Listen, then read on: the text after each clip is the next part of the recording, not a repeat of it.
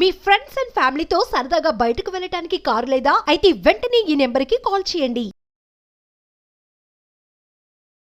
Suman TV ప్రేక్షకులకు నమస్కారం. నేను మీ రేవంత్ చలమల. సో ఈ 2024 సంవత్సరం మార్కెట్ అంతా కూడా కొంతవరకు బుల్లిష్గా ఉన్నట్టుగా కనిపిస్తుంది. సో ఒక రకంగా ఇప్పుడు ఇయర్ ఎండ్ రివ్యూ చేసుకునే టైం వచ్చింది అని అనుకుంటున్నాను. సో ఇంకా మనకి ఇయర్ క్లోజ్ కాలేదు. మనం డిసెంబర్ 24వ తారీఖే చేస్తున్నాం. ఇంకొక 4 ట్రేడింగ్ సెషన్స్ అయితే మనకి డిసెంబర్ కంప్లీట్ అవ్వడానికి అయితే ఉన్నప్పటికీ మనం కొంతవరకు అనాలసిస్ అనేది ముందిస్తే మన వ్యూవర్స్కి ఉపయోగపడుతుంది అనే పాయింట్ ఆఫ్ వ్యూలో, అండ్ అదేవిధంగా ఈ 4 రోజుల్లో కూడా పెద్ద ఎత్తునేమి మూవ్స్ ఉండవు, here and there same closing ఉండొచ్చు అనే ఒక ఎక్స్పెక్టేషన్ తోటి సో ఈ సంవత్సరం మనకి మార్కెట్స్ ఎటువంటి రిటర్న్స్ని డెలివర్ చేశాయి. సో మనకి మార్కెట్స్ అనగానే ప్రధానంగా చూసేది బ్రాడర్ ఇండెక్స్, పర్టికులర్గా large, mid, small. So first అయితే మనం ఈ 3 సెగ్మెంట్స్ గురించి మాట్లాడుకునే ప్రయత్నం చేద్దాం. సో మనకి ఈ 3 సెగ్మెంట్స్ ఎటువంటి రిటర్న్స్ని డెలివర్ చేశాయి అన్న దాన్ని ఒకసారి అర్థం చేసుకునే ప్రయత్నం చేద్దాం. సో ముందుగా కనుక మనం నిఫ్టీని గమనించినట్లయితే ఇది వీక్లీ టైం ఫ్రేమ్. సో మనకి జనవరి 1వ తారీఖు నుంచి, అంటే ఒక రకంగా మనకి ఈ ఇయర్ క్యాలెండర్ ఇయర్ స్టార్ట్ అయిన దగ్గర నుంచి మార్కెట్ 24వ తారీఖు ఎక్కడైతే ఉందో ఆ టైం వరకు కూడా దాదాపు మనకు ఒక 9.9% వరకు కూడా రిటర్న్ డెలివర్ చేసింది. సో ఒక రకంగా చెప్పాలి అంటే మనం ఏదైతే 12% రిటర్న్ అనేది ఎక్స్పెక్ట్ చేస్తున్నామో, మనకి పర్టికులర్గా ఈ లార్జ్ క్యాప్ సెగ్మెంట్ అయితే ఆ 12% రిటర్న్ని అయితే డెలివర్ చేయలేదు. సో యాక్చువల్గా అయితే మనకు ఆల్మోస్ట్ రిటర్న్స్ అనేవి 26,500 26,200కి రీచ్ అయినప్పుడు అయితే సో చాలా బెటర్ రిటర్న్స్, దాదాపుగా 17, 16, 17, 18% వరకు రిటర్న్స్ కనిపించాయి. సో ఈ పర్టిక్యులర్ టైంలోనే లార్జ్ క్యాప్స్ కూడా ఇంత మంచి రిటర్న్స్ ఇస్తున్నాయి అని అనుకొని చాలా మంది రిటైలర్స్ కూడా ఇన్వెస్ట్మెంట్ అనేది మొదలుపెట్టారు. సో పర్టికులర్గా మనకి మార్కెట్ అనేది గత 3 నెలలుగా దాదాపుగా సెప్టెంబర్ మిడ్ నుంచి మనకు కొంత వీక్నెస్ అనేది మార్కెట్లో ట్రిగ్గర్ అవడం గమనించాం. సో ఆ పర్టికులర్ టైం నుంచి దాదాపుగా ఇంకొక 9% కిందకు వచ్చింది. ఇఫ్ నాట్ మన దగ్గర హీనపక్షంలో మన దగ్గర ఒక 17-18% రిటర్న్స్ అనేవి మినిమం మన పాకెట్లో ఈ సంవత్సరం ఉండుండేది. కాకపోతే ఇక్కడ సెల్ అయినటువంటి ట్రిగ్గర్, మనకి ఇక్కడ వచ్చినటువంటి ఈ సెల్లింగ్ ట్రిగ్గర్ మన మార్కెట్స్ మొత్తాన్ని డౌన్ సైడ్ మూవ్ చేసి వీక్ క్లోజింగ్లో అయితే ఈ సంవత్సరంలో మనకైతే క్లియర్గా కనిపిస్తుంది. సో ఈ సంవత్సరంలో జరిగిన ఈవెంట్స్ పర్టికులర్గా మీరు గమనించినట్లయితే మనకి పర్టికులర్గా జనవరి 1వ తారీఖు నుంచి దాదాపుగా జూలై 4వ తారీఖు వరకు కూడా ప్రీ ఎలక్షన్ ర్యాలీ జరిగినట్టు.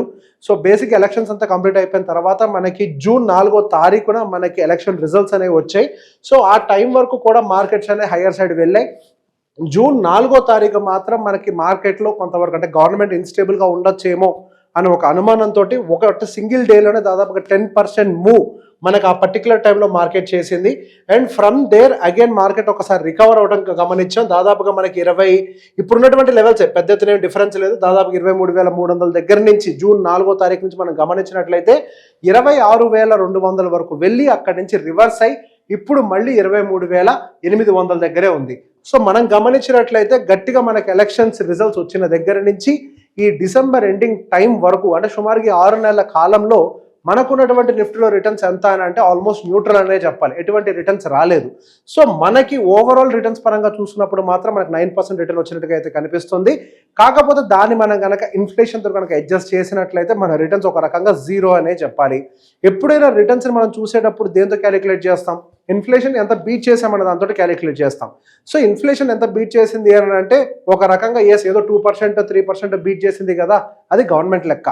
సో రియల్ ఇన్ఫ్లేషన్ మనం రీసెంట్గా గమనిస్తే ఫుడ్ ఇన్ఫ్లేషన్ కానీ ఇదంతా కూడా అంటే మనం వాడుకలో ఉన్నటువంటి ప్రతి ఒక్క వస్తువు ఇన్ఫ్లేషన్ దాదాపు 8.59% వరకు కూడా ఉంది.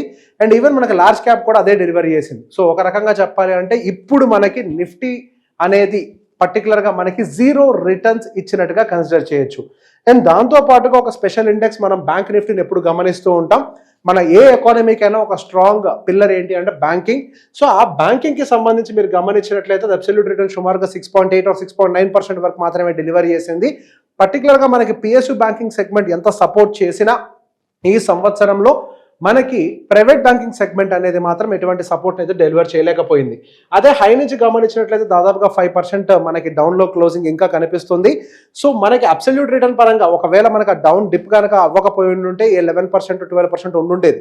వెన్ కంపేర్ టు నిఫ్టీ మనకి బ్యాంక్ నిఫ్టీ అనేది అండర్ పర్ఫార్మింగ్ గానే కనిపిస్తుంది. సో గోయింగ్ ఫర్దర్ ఏమన్నా ప్రైవేట్ బ్యాంకింగ్లో ఏమైనా మంచి రివైవల్ రావచ్చా లేదా అనేది మరొక వీడియోలో మనం ఎక్స్ప్లెయిన్ చేసే ప్రయత్నం అయితే చేస్తాను. బట్ యాజ్ ఆఫ్ నో మనకి బ్యాంకింగ్ మాత్రం ఇంతవరకు ప్రాపర్ డెలివరీని అయితే ఇవ్వలేదు. అదే విధంగా మనం నెక్స్ట్ మన ఇంట్రెస్టింగ్ గా గమనించేది డెఫినెట్ గా mid cap and small cap segment కి సంబంధించి.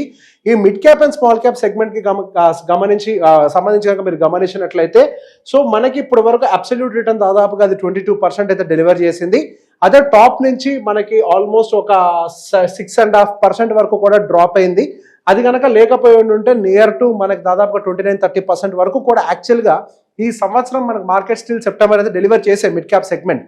కాకపోతే మనకి సెప్టెంబర్లో ట్రిగ్గర్ అయినటువంటి సెల్లింగ్ వల్ల స్టిల్ మనం 22% దగ్గర మాత్రమే కూర్చోవాల్సి వచ్చింది.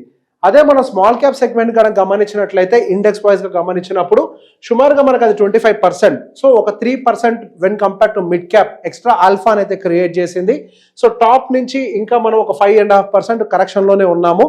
ఇఫ్ నాట్ అది కూడా 30% యావరేజ్. సో రీసెంట్గా జరిగిన కరెక్షన్లో అటు large cap and mid cap కొంతవరకు ఎక్కువగా కరెక్ట్ అవ్వటం వల్ల మనకి అబ్సల్యూట్ రిటర్న్స్ అనేవి బాగా మిస్ అయ్యాయి. సో స్మాల్ క్యాప్ సెగ్మెంట్ అనేది కంపారిటివ్లీ కొంచెం తక్కువగా కరెక్షన్ జరిగింది. సో దానివల్ల ఇంకా మనకి 25% అనేది స్టిల్ మనకి ఇన్ హ్యాండ్ ఉంది. సో ఒకవేళ కరెక్షన్ ఇందులో కనుక ఒక 1-2% ఎక్స్ట్రా ట్రిగ్గర్ అయ్యి ఉన్నా అటు మిడ్ క్యాప్ కానీ స్మాల్ క్యాప్ కానీ ఆల్మోస్ట్ సేమ్ రిటర్న్స్ అయితే ఇచ్చినట్టుగానే మనం చూడగలుగుతాం. సో బేసిక్గా ఈ ర్యాలీ మొత్తానికి మనకు కాంట్రిబ్యూట్ చేసింది. ఓకే, నిఫ్టీ విషయంలో if you can see it is almost 9% flat returns. 9% అంటే పెద్ద రిటర్న్స్ ఏం కాదు. అదే మనకి మిడ్ అండ్ స్మాల్ క్యాప్ సెగ్మెంట్లో కొంతవరకు మొమెంటం కనిపించింది. దానికి సింపుల్ రీజన్, సో బేసిక్గా మనకి ఇండియన్ ఎకానమీ బాగా బూస్ట్ అవుతుందని, అండ్ దానికంటే ఎక్కువగా ట్రిగ్గర్ చేసింది ఏంటి అంటే మాత్రం డెఫినెట్గా ఐసే రీటైలర్ మనీ. సో ఇంతకు ముందుతో కంపేర్ చేస్తే రీటైలర్ మనీ అనేది గత సంవత్సరంలో దాదాపుగా మనకి మిడ్ అండ్ స్మాల్ క్యాప్ సెగ్మెంట్లోకి విపరీతంగా ఇన్ఫ్లోస్ వచ్చాయి. ఆ ఇన్ఫ్లోస్ ఎంతలాగా వచ్చాయి అని అంటే మనకి ఫండ్ హౌసెస్ వాళ్ళకంతట వాళ్లే మా small cap and mid cap సెగ్మెంట్స్లోకి మనీ ఫ్లోని కంట్రోల్డ్గా తీసుకోవాలనుకుంటున్నాము అని భయపడేంత విధంగా ఫ్లోస్ రావటము, విపరీతమైన బయింగ్ క్రియేట్ అవ్వటం తోటి మనకి మార్కెట్ హైయర్ సైడ్ క్లోజ్ అయింది.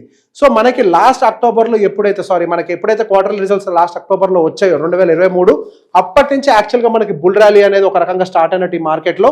సుమారు ఇక్కడ గమనించినట్లయితే మనకి మిడ్ క్యాప్లో అయితే ముందుగా ఉంది, కానీ మనకి నిఫ్టీలో అయితే October almost near to October నుంచి అయితే మనకి బుల్ ర్యాలీ స్టార్ట్ అయింది.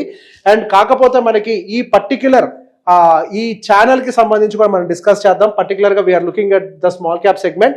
ఈ స్మాల్ క్యాప్ సంబంధించినటువంటి ఛానల్ అనేది మనకు దాదాపుగా 2023 ఎప్పుడైతే బుల్ ర్యాలీ స్టార్ట్ అయిందో ఆ బుల్ ర్యాలీ టైం దగ్గర నుంచి ఒక ఛానల్ ఫార్మేషన్ అయితే జరిగింది. ఈ ఛానల్ ఫార్మేషన్ కనుక బ్రేక్ డౌన్ జరిగినట్లయితే కనుక మనకి ఇంకా స్మాల్ క్యాప్ సెగ్మెంట్ లో వీక్నెస్ రావడానికి అయితే అవకాశం ఉంది. సో ఇప్పటి వరకు మనకి ఇంకా స్టేబుల్ గానే ఉంది కదా small cap segment when compare to Nifty. So small cap is really hero, mid cap is really hero అని అంటే అది డెఫినెట్గా అట్లా వర్కౌట్ కాకపోవచ్చు. సో గోయింగ్ ఫర్దర్ కంపెనీస్ యొక్క నెంబర్స్ పర్టికులర్గా ఈ డిసెంబర్ 31 అయిపోయిన తర్వాత మళ్ళీ కంపెనీ యొక్క నెంబర్స్ అనేవి పోస్ట్ చేయడం మొదలు పెడుతూ ఉంటారు. ఆ కంపెనీ యొక్క నెంబర్స్ కనుక ఈ ర్యాలీని జస్టిఫై చేయకపోతే ఈవెన్ మనకి ఈ స్మాల్ క్యాప్ సెగ్మెంట్లో కూడా ఈ ఛానల్ డౌన్ సైడ్ బ్రేక్ జరగడానికి కూడా చాలా ఎక్కువ అవకాశాలు కనిపిస్తున్నాయి. సో బేసిక్గా ఈ పర్టికులర్ ఛానల్ ఎవరైనా సరే మీరు మీ చార్ట్స్లో యాడ్ చేసుకొని ట్రాక్ చేసుకుంటూ ఉండొచ్చు. సో మనం పర్టికులర్గా ఈ జనవరి టైంలో మనం గమనించాల్సిన ఆస్పెక్ట్ ఏంటి అని అంటే అన్డౌటెడ్లీ కంపెనీస్ పోస్ట్ చేయబోయేటటువంటి నెంబర్స్, ఈ నెంబర్స్ని బేస్ చేసుకొని నెక్స్ట్ ఇది సస్టైన్ అవుతుందా లేదా అనేది మాత్రమే మనకు అర్థమవుతుంది. And in the same way మనకి నిఫ్టీకి సంబంధించి కూడా అటువంటి కండిషన్ మనకైతే క్లియర్గా కనిపిస్తుంది. సో నిఫ్టీకి సంబంధించి కూడా యాజ్ ఆఫ్ నో మనకు ఒక ఛానల్ని రెస్పెక్ట్ చేస్తుంది, అదే ఛానల్లో మనకి మార్కెట్ కన్సాలిడేట్ అవ్వే ప్రయత్నం చేస్తుంది.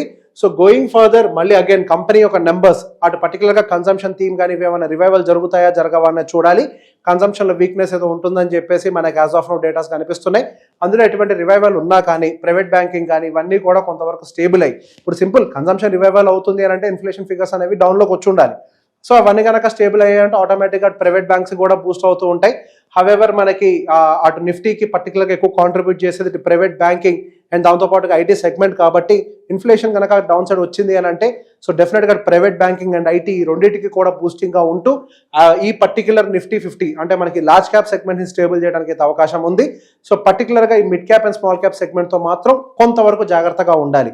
సో ఇప్పుడు చూపించినటువంటి డేటా ప్రకారం ఏదో మనకి when compare to Nifty 50 mid and small ఏదో బాగా రిటర్న్స్ ఇచ్చాయి అన్న హోప్ తోటి మాత్రం పరిగెడితే మనకి నెంబర్స్ ఏమాత్రం జస్టిఫికేషన్ ఇవ్వకపోయినా కానీ మన ఎక్కువగా ఎఫెక్ట్ అవ్వడానికి అవకాశం ఉంది. So still when compare to other segments మనకి నిఫ్టీ 50 సో బేసిక్ ఇక్కడ రిటర్న్స్ మాత్రమే చూస్తున్నాం. ఇక్కడ కేవలం రిటర్న్స్ ఒకటే కాకుండా మనకి ఇంకా వాల్యుయేషన్ పరంగా when compare to mid cap and small cap మనకి ఇంకా నిఫ్టీ అనేది దాని యాక్చువల్ రిటర్న్స్ కూడా డెలివర్ చేయలేదు కాబట్టి వాల్యుయేషన్స్ బాగున్నాయి అనేది ఇంకొక కార్నర్ నుంచి మనం ఆలోచించగలగాలి. So this is called the reading between the lines. Last time అవి బాగున్నాయి కదా అని వాటి వెనకాల పరిగెట్టకుండా వాల్యుయేషన్స్ పరంగా మేబీ ఏమన్నా లార్జ్ క్యాప్స్ బాగున్నాయేమో అని చూసుకుంటూ వాటిలో కనుక ఇన్వెస్ట్మెంట్స్ పెట్టుకుంటే మనకి గోయింగ్ ఫర్దర్ మనకి స్టేబుల్ రిటర్న్స్ ఉండడానికి ఎక్కువ అవకాశాలు ఉన్నాయి. సో ఈ వీడియో కనుక మీకు నచ్చినట్లయితే మీకు అందరికీ షేర్ చేయండి. Thank you very much.